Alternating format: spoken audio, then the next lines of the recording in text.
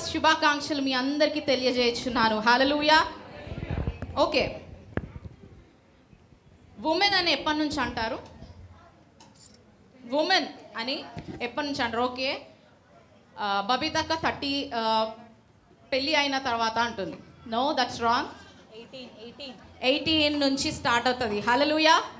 This message is belongs to 18 నుంచి ప్రారంభం start అయింది, నాట్ 30+. 18 నుంచి చాలా జాగ్రత్తగా వినండి వాక్యము. 18 నుంచి మీరు డిగ్రీ కాలేజ్కి వెళ్ళినప్పుడు స్టాన్లీ ఉమెన్స్ కాలేజ్ అంటారు. అవునా? అవునా కాదా? ఎస్. సో మీ అందరికీ ఈ వర్తమానం నేను తెలియజేస్తున్నాను. హల్లెలూయా. దావీదు పట్టణం మందు నేడు రక్షకుడు మనందరి కొరకు పుట్టినాడు. హల్లెలూయా.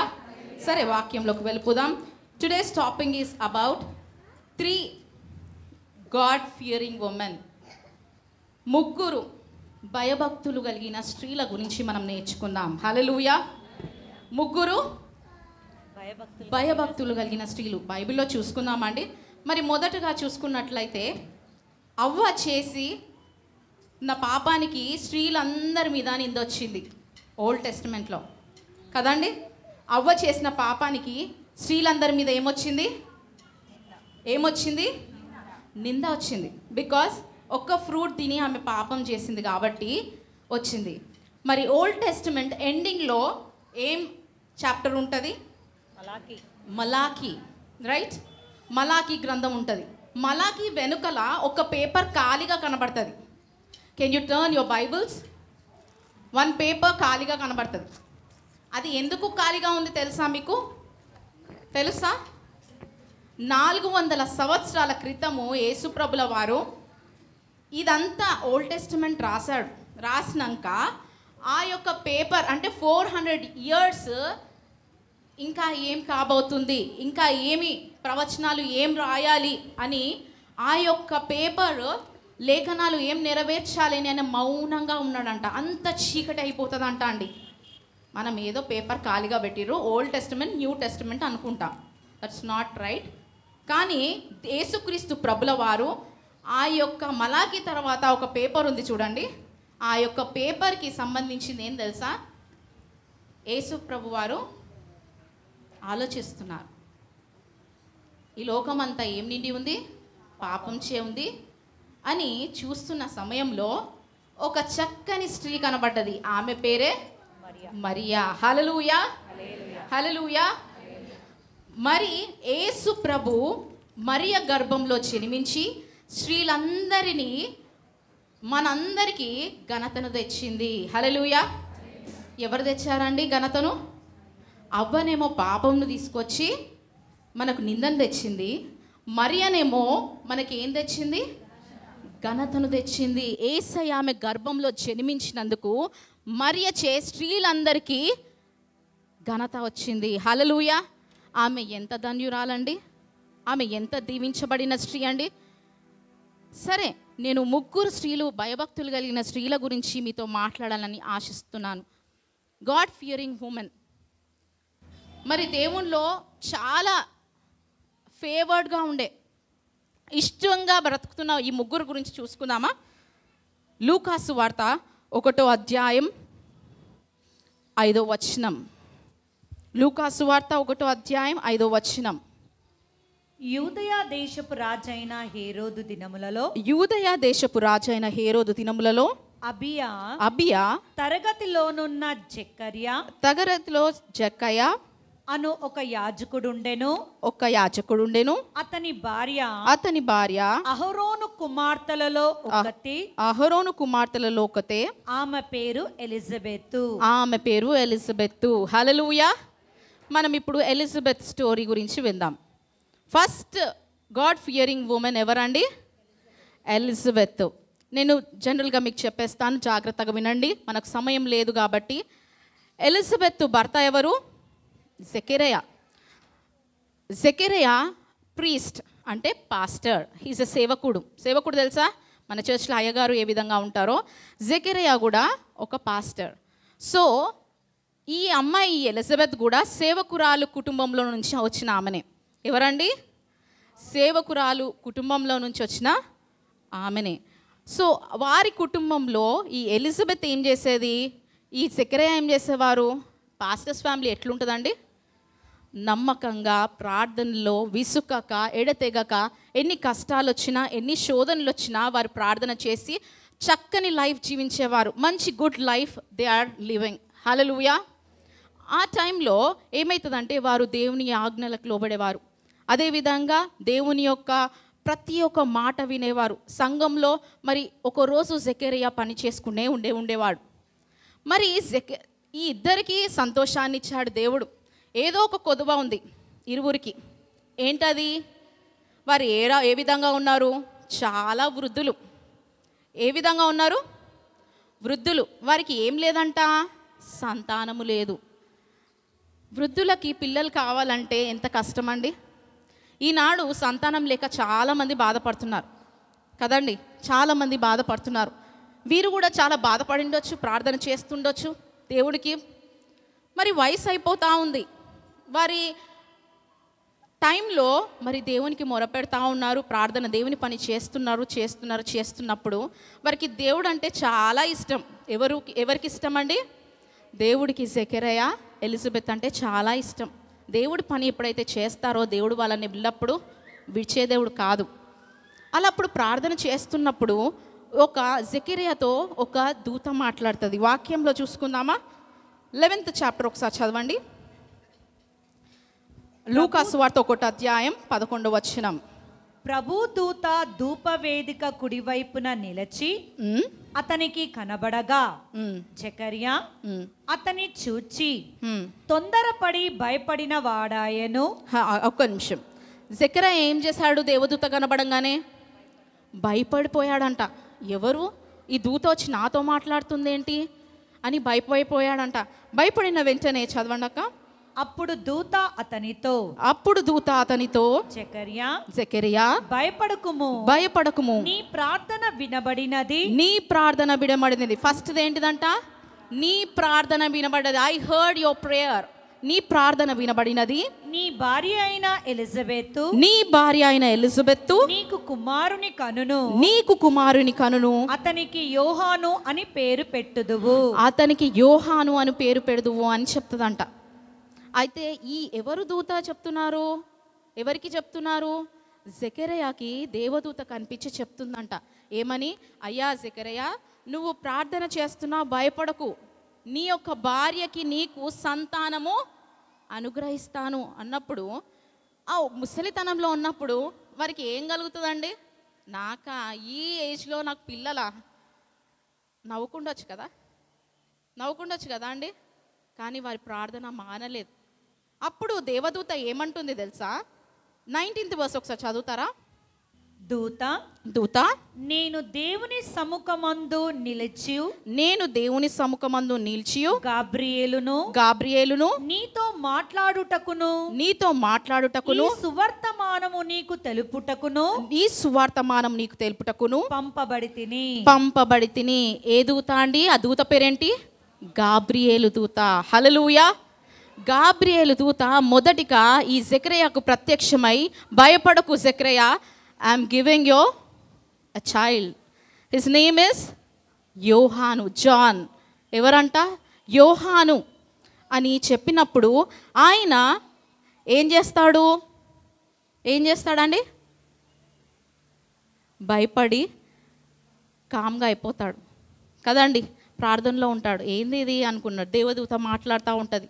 మాట్లాడిన వెంబటే ఆయనకి దేవుడు చెప్పినట్లుగా గాబ్రియేలు దూత ద్వారా మరి ఒక కుమారుడు కలుగుతాడు. హల్లెలూయా. ఎలిజబెత్కి మరి జకరియాకి ఒక కుమారుడు కలుగుతాడు. ఆయన పేరే యోహాను. హల్లెలూయా. యేసుక్రీస్తు ప్రభుల వారు ముందు మరి ఎవరు అంటారు?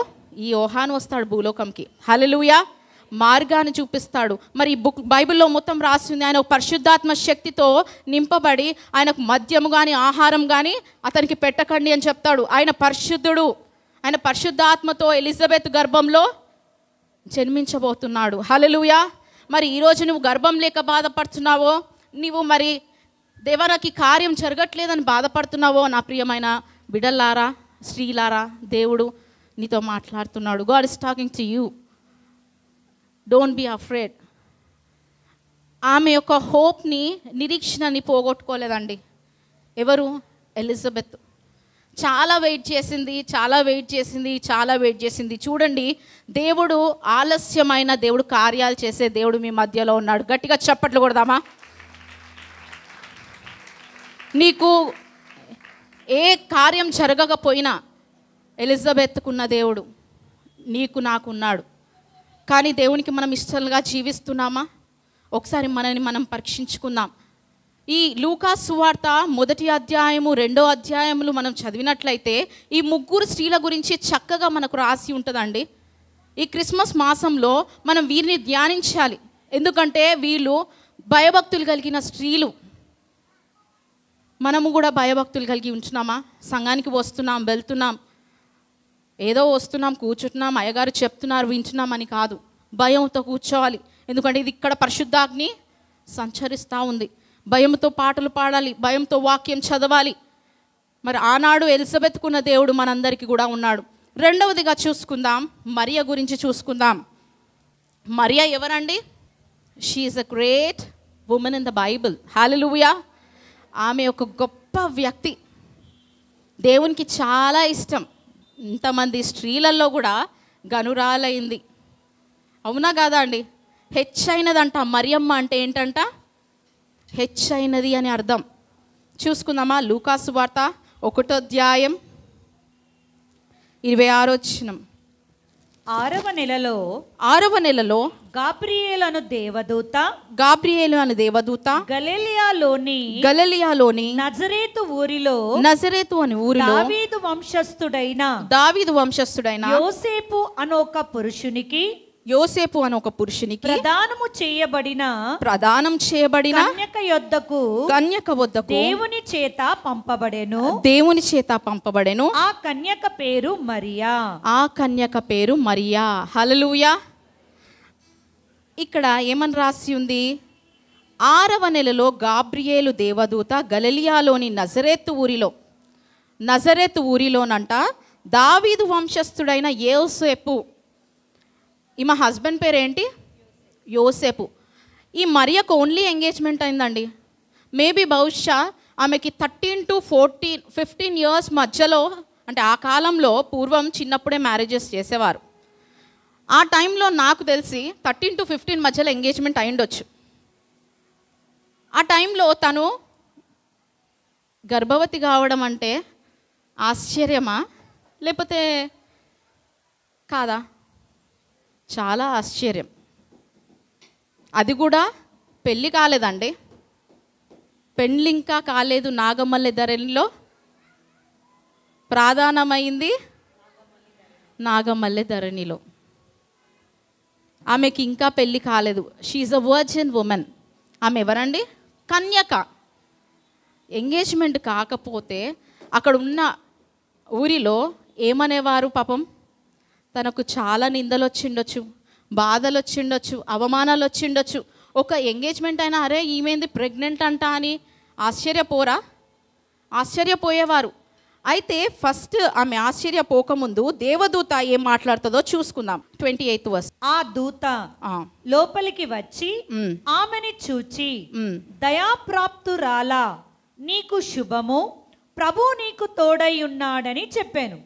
ఆమె ఆ మాటకు బహుగా తొందరపడి ఈ శుభవచనమేమిటో అని ఆలోచించుకొనుచుండగా దూత, మరియా, భయపడకుము, దేవుని వలన నీవు కృప పొందితివి. ఇదిగో నీవు గర్భము ధరించి కుమారుని కని ఆయనకు యేసు అని పేరు పెట్టుదువు. హల్లెలూయా. ఇక్కడ ఏమని దూత మాట్లాడుతుందంటే, దయాప్రాప్తురాలా, నీకు శుభము, మరియా, భయపడకము. దేవుని దూత వచ్చి ఎవరితో మాట్లాడుతుంది? మరియతో మాట్లాడుతుంది. ఈమె హెచ్చైనది, అందరికంటే హెచ్చైన స్త్రీ. ఆమెలో కళ్ళ కపటం కనబడలేదు యేసయ్యకి. పరిశుద్ధాత్మ కనబడ్డది. ఆమె దయ కనబడ్డది యేసయ్యకి. ఆమె పవిత్రత కలిగిన స్త్రీ. ఏ పాపము చేయలేదు, ఏ తప్పు చేయలేదు. ఏమీ తెలియని అమాయకురాలైన ఆమెని యేసయ్య ఎన్నుకున్నాడండి.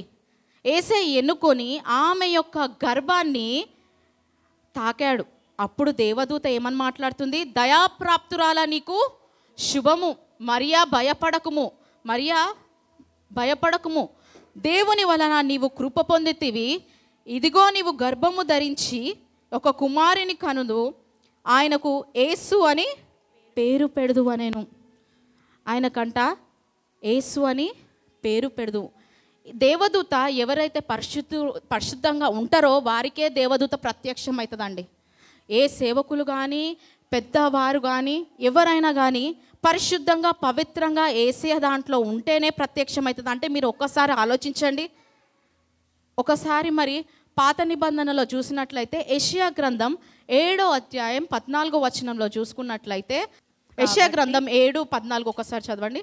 కాబట్టి ప్రభు తానే ఒక సూచన మీకు చూపును, ఆలకించుడి. కన్యక గర్భవతి అయి కుమారుని కని అతనికి ఇమ్మానుయేలు అని పేరు పెట్టును. హల్లెలూయా.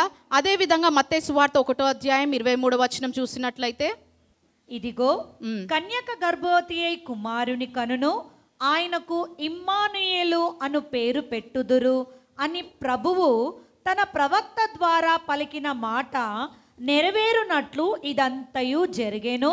ఇమ్మానుయేలు అన్న పేరునకు భాషాంతరమున దేవుడు మనకు తోడని అర్థము. హల్లెలూయా. ఇక్కడ దేవుడు లేఖనాల ప్రకారము యెషయా ప్రవక్త ద్వారా ఏమని మాట్లాడాడంటే, నీకు ఆల్రెడీ కుమారుడు పుడతాడు, ఆయనకు ఇమ్మానుయేలు అని పేరు పెడదాము అనేసి యెషయా గ్రంథంలో మరి మత్తయి సువార్తలో రాసినట్లుగా చూస్తున్నాం. ఇక్కడ దేవదూత మరియకు ప్రత్యక్షమై ఏమని మాట్లాడుతూ ఉందని, నీ గర్భంలో కుమారుడు పుడతాడు, ఆయనకు యేసు అని పేరు పెడదు, ఆయన గొప్పవాడై సర్వోన్నతిని కుమారుడు అనబడును. అంటే ఈ లోకమంతటికి కుమారుడు ఆయన. We are celebrating Christmas not only for క్రిస్టియన్సే సెలబ్రేట్ చేసుకోరా అండి? ఎంతమంది సెలబ్రేట్ చేసుకున్నారు? యూనివర్స్ మొత్తం. దేవుడు యూనివర్సల్ గాడ్. హల్లెలూయా. ఇక్కడనే ఉంది కదా, సర్వోన్నతుని కుమారుడు అనబడును. హల్లెలూయా. దేవదూత బైబిల్ సెలవిచ్చింది. ఈ లోకంలో మనం అందరము ఈ పండుగను గంభీరంగా జరుపుకుంటున్నామే. మరియా ఎంత ధన్యవరాలు అండి. ఆ ధన్యతను నువ్వు పొందుకుంటున్నావా? ఆమె ధన్యత జీవితం కలిగి జీవించింది మరియా. అదేవిధంగా దేవుని యందు భయభక్తులు కలిగిన స్త్రీ మరియా ప్రభువుని స్వీకరించింది. ఆమెకి ధన్యురాలు అని పేరు పెట్టబడ్డది. హల్లెలూయా. ఆమెకి ఏమని పేరు పెట్టబడ్డదంట? ధన్యురాలు అని పేరు పెట్టబడ్డది. ఆమె విశ్వాసముతో ఆమెని దేవుడు ఎంత హెచ్చించిండండి కదండి. ఇప్పుడు ఒక హాస్పిటల్కి వెళ్ళినాం అనుకోండి, ఒక బేబీ బాయో బేబీ గర్లో పుట్టిందనుకోండి, హాస్పిటల్ మట్టుకు సంతోషిస్తారు. అదేవిధంగా కుటుంబస్తులు సంతోషిస్తారు, వాళ్ళే సెలబ్రేట్ చేసుకుంటారు స్వీట్ తీసుకొచ్చి.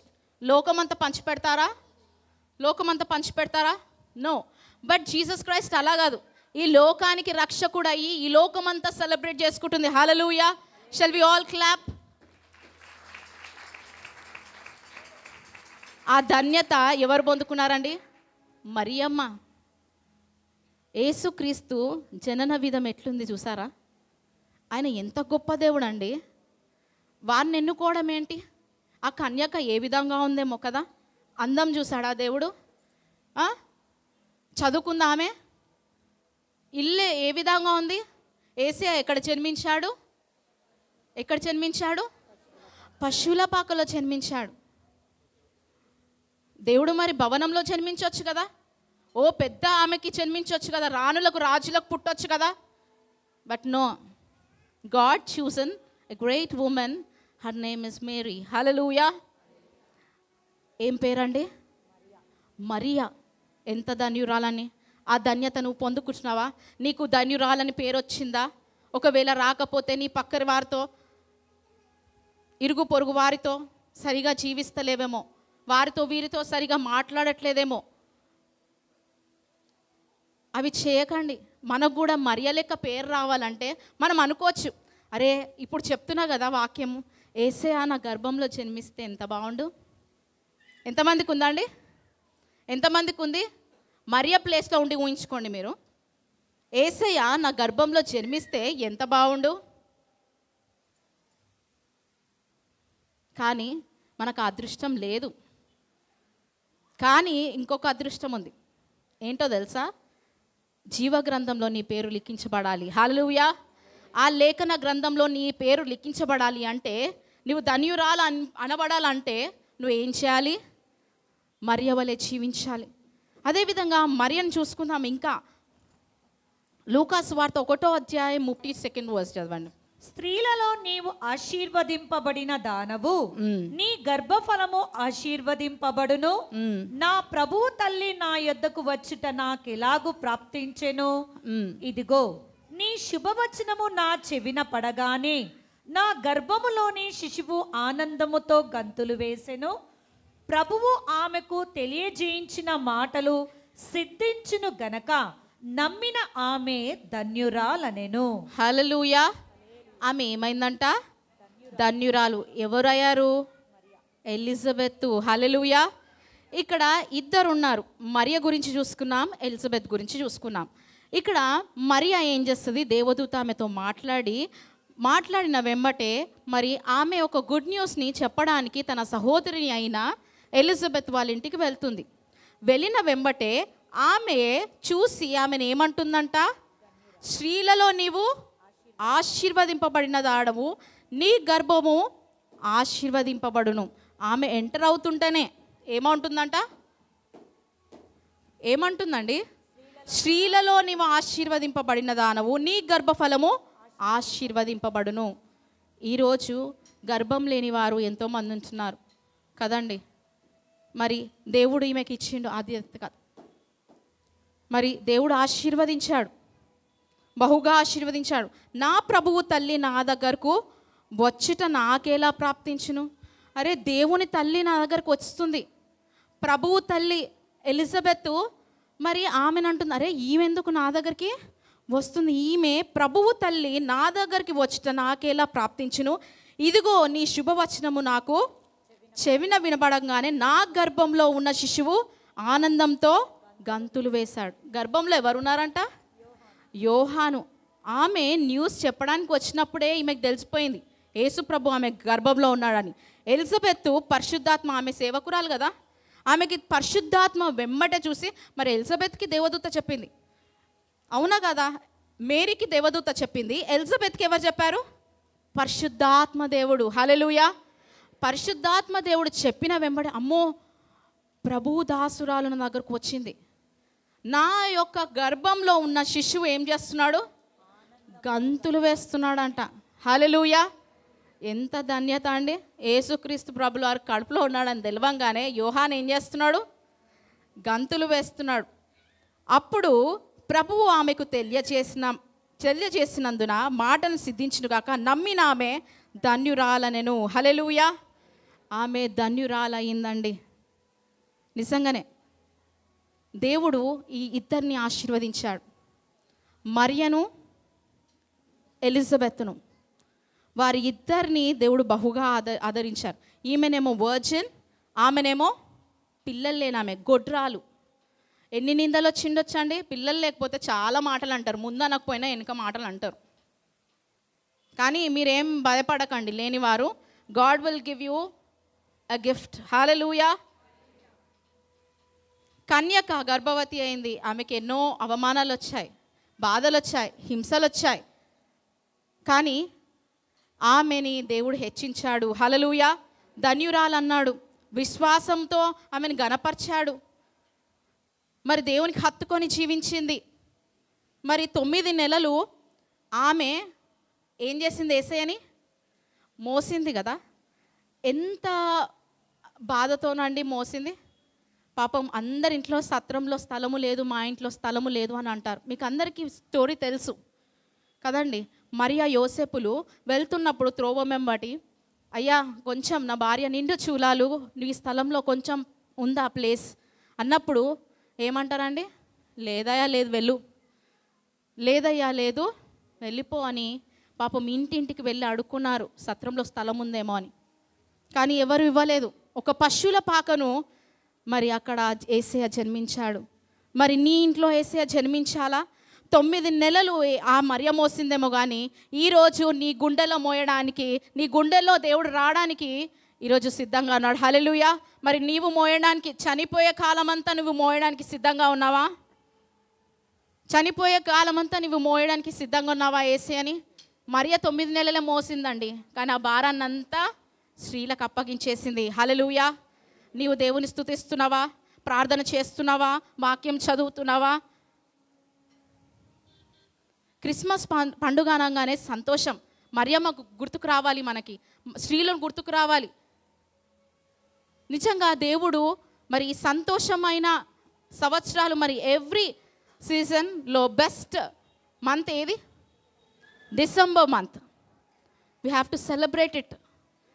బికాస్ డిసెంబర్ మొత్తం సెలబ్రేట్ చేసుకోవాలి. నాకు చాలా సంతోషం అనిపించింది. మన సంఘంలో మెన్స్ క్రిస్మస్ జరుగుతుంది, ఉమెన్స్ క్రిస్మస్ జరుగుతుంది, యూత్ అండ్ చిల్డ్రన్ క్రిస్మస్ జరుగుతుంది. అండ్ అందరం కలిసి వి సెలబ్రేట్ యూనివర్సల్ క్రిస్మస్. హల్లెలూయా. ఎంత సంతోషకరమైన వార్త అండి. ఈరోజు దేవుడిని మనం యాక్సెప్ట్ చేద్దాం. God, come in to my heart. దేవా, నా హృదయంలోకి రా, నా హృదయంలో జన్మించాయా. నా గర్భంలో జన్మించకపోయినా ఆ మరియ ధన్యురాలు అనబడ్డది. ఆమె చాలా పేరు పొందింది కదండి, గనురాలు, ధన్యురాలు, పవర్ఫుల్ ఉమెన్, హోలీ స్పిరిట్తో నింపబడింది, చాలా తగ్గింపు కలిగి జీవించింది, దయ పొందింది, శ్రేష్ఠురాలామె. ఏ పురుషుని ఎరగదు. పురుషుని ఎరగని స్త్రీ ఎవరండి? మరియా. ఆ యొక్క దయ నీ మీద ఉండునుగాక. ఆమెన్. ఆ యొక్క కృప నీ మీద ఉండునుగాక. దేవుని యొక్క కటాక్షము మన మీద ఉండునుగాక. మరియకు వచ్చిన పేరు మనకు రాకపోయినా యేసయ్యను మన గుండెలకు ఆహ్వానిస్తామండి. ఈరోజు దేవుడు నీతో నాతో మాట్లాడుతూ ఉన్నాడు. నువ్వు కృంగిపోయి ఉన్నావా? బాధతో ఉన్నావా? రక్షణ లేక ఉంటున్నావా? రక్షణ పొందు. God is going to give a great blessing. ఆఖరిగా చూసుకుందాం మూడో వ్యక్తి, హన్నా ప్రవక్తిని, హానా ప్రాఫెట్. చూసుకుందామా? లూకా సువార్త 2వ అధ్యాయం 36, 37, 38 వచనాలు. మరియు ఆషేరు గోత్రికురాలును పనూయేలు కుమార్తె అయిన అన్న అను ఒక ప్రవక్తి ఉండెను. ఆమె కన్యత్వము మొదలుకొని 7 ఏళ్ళు పెనిమిటితో సంసారము చేసి బహుకాలం గడిచినదై 84 సంవత్సరములు విధవరాలై ఉండి దేవాలయము విడవక ఉపవాస ప్రార్థనలతో రేయింబగలు సేవ చేయుచుండెను. హల్లెలూయా. ఈమె ఎవరండి? విధవరాలు. ఎవరండి ఈమె? బహుశా ఆమె 100 years పైగా బతికిండొచ్చు. ఎవరు? హానా. 7 years తన భర్తతో కాపురం చేసింది. 20 సంవత్సరాలకు ఆమె వివాహం చేసుకుంది. 7 ఏళ్ళకు ఆమె కాపురం చేసింది తన భర్తతో. మేబీ 84 years ఆమె సేవ చేసిందంట. ఎవరికి? యేసయ్యకి. ఏ విధంగా సేవ చేసింది? ఆమె రేయింబగలు ప్రార్థన చేస్తూ, ఉట్టిగా కాదండి, ఉపవాస ప్రార్థన చేస్తూ యేసయ్య సన్నిధానంలో దేవాలయములో విడువక ఉపవాస ప్రార్థనలు రేయింబగలు సేవ చేయుచుండెను. ఆమె కూడా ఆ గుడిలోనే లోపలికి వచ్చి దేవునితో కూడా యెరూషలేములో విమోచన కొరకు కనిపెట్టుచున్న వారందరికీ ఆయన మాట్లాడుచుండెను. హల్లెలూయా. ఎల్లప్పుడూ హానా ప్రాఫెట్ ఏం చేస్తుండే తెలుసా? ఎప్పుడు వాక్యాన్ని ధ్యానిస్తూ ప్రార్థనలు ఉంటున్నా. భర్త పోయిండు కదా అని దిగులుతో ఉంటున్నావా? భర్త లేని వారా? యేసయ్య అనే మీ భర్త అయి ఉన్నాడు. హల్లెలూయా. మరి హానా కూర్చొని అయ్యో నాకు భర్త లేడే, ఏంటి నా జీవితం అనుకోలే. ఆమె ఎవరిలో గడిపింది? యేసయ్య సన్నిధానంలో గడిపింది. ఏ విధంగా గడిపింది? ఉపవాసం ప్రార్థన చేయబడ్డది. నీవు ఉపవాసం ఉండి ఏ కార్యమన్నా చేయమా? దేవుడు నీ కార్యం చేయబోతున్నాడు.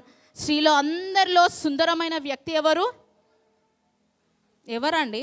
మరియమ్మ. హల్లెలూయా. వాక్యం వినిన్నవారు హల్లెలూయా అనునుగాక. హల్లెలూయా. అందమైన వ్యక్తి ఎవరు? మీరు ప్రావర్బ్స్ 31 చదివితే అదంతా మరియకే అండి. బికాస్ ఇంత మచ్చడాగు కూడా లేదు. ప్రావర్బ్స్ 39, సామెతలు 31 మొత్తం ఆమెకే కాదు, ఇప్పుడు మనకు వర్తిస్తుంది. బికాస్ బుక్స్ మన బైబిల్ మన దగ్గర ఉంది.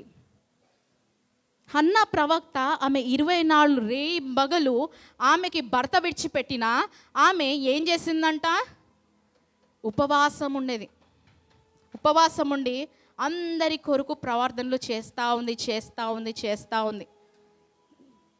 ప్రవచనాలు చూసేది, ప్రార్థనలు చేసేది, దేవునికి హత్తుకొని జీవించిందంట హన్నా ప్రవక్తి. మరి ఈరోజు నీతో దేవుడు మాట్లాడుతున్నాడు, నాతో మాట్లాడుతున్నాడు, మనందరితో దేవుడు మాట్లాడుతున్నాడు. ఈరోజు మరి నీవు నేను ఉపవాసం ఉండి ప్రార్థన చేస్తున్నామా? దేవునికి హత్తుకొని జీవిస్తున్నామా? 3 స్త్రీల గురించి మాట్లాడాను. ఎవరండి వారు? Elizabeth, Mariya, Hannah. ఎలిజబెత్ ఎవరు? ఆమెకు ఎవరు లేరు? పిల్లలు లేరు, సంతానం లేదు. కానీ దేవుడికి ఇష్టంగా బతికింది. దేవుడు ఏమిచ్చాడు? సంతానం ఇచ్చాడు.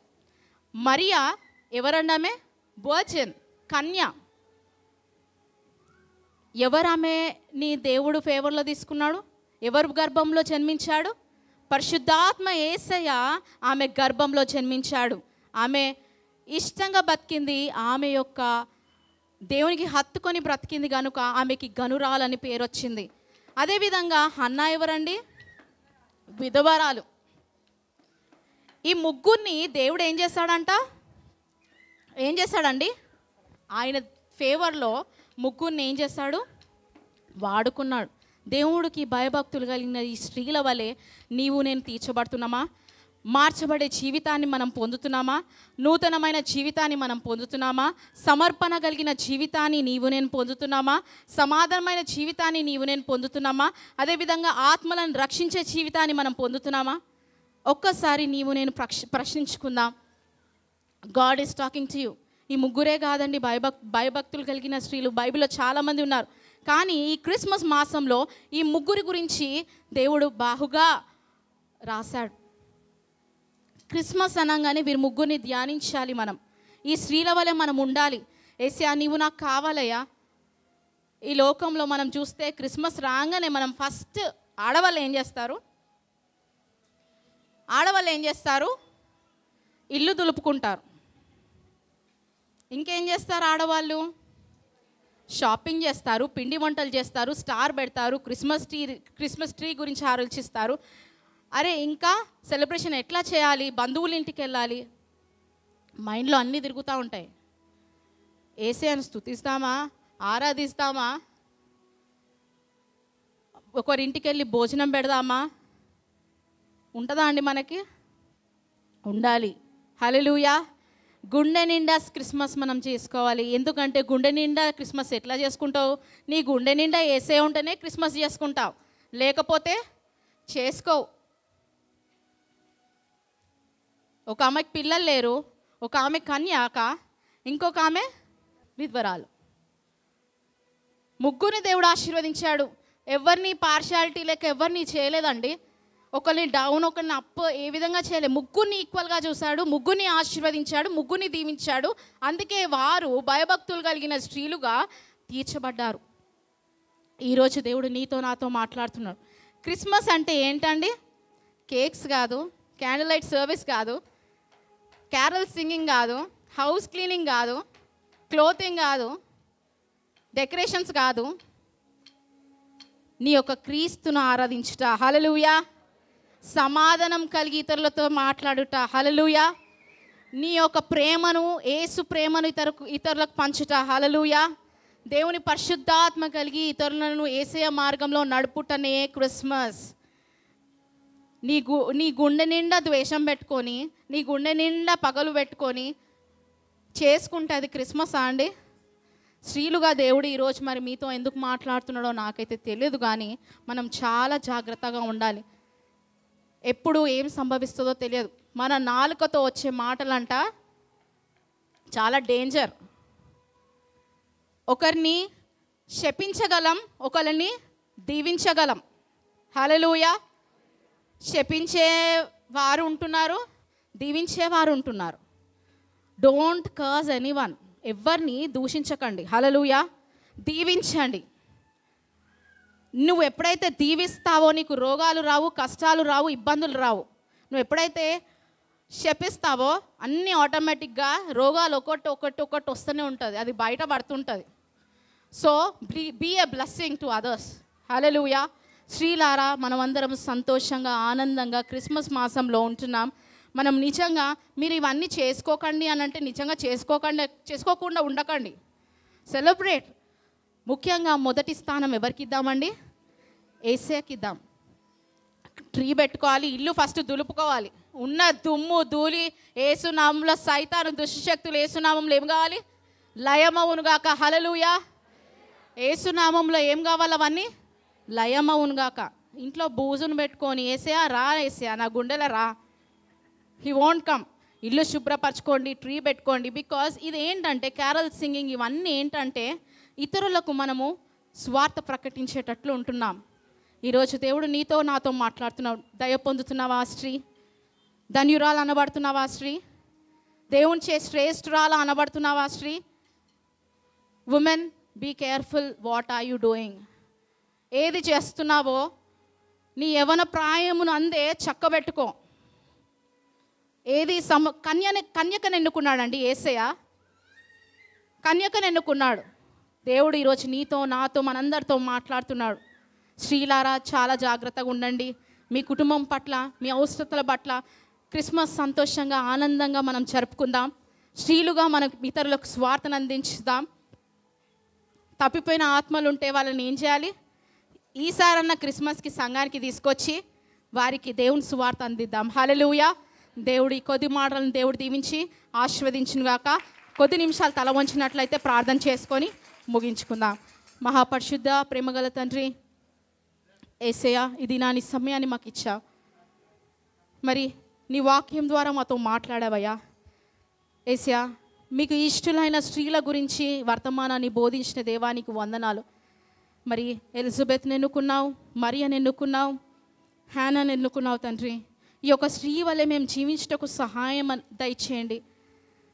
మాకు మంచి పేరు వచ్చే భాగ్యాన్ని దయచేయండి.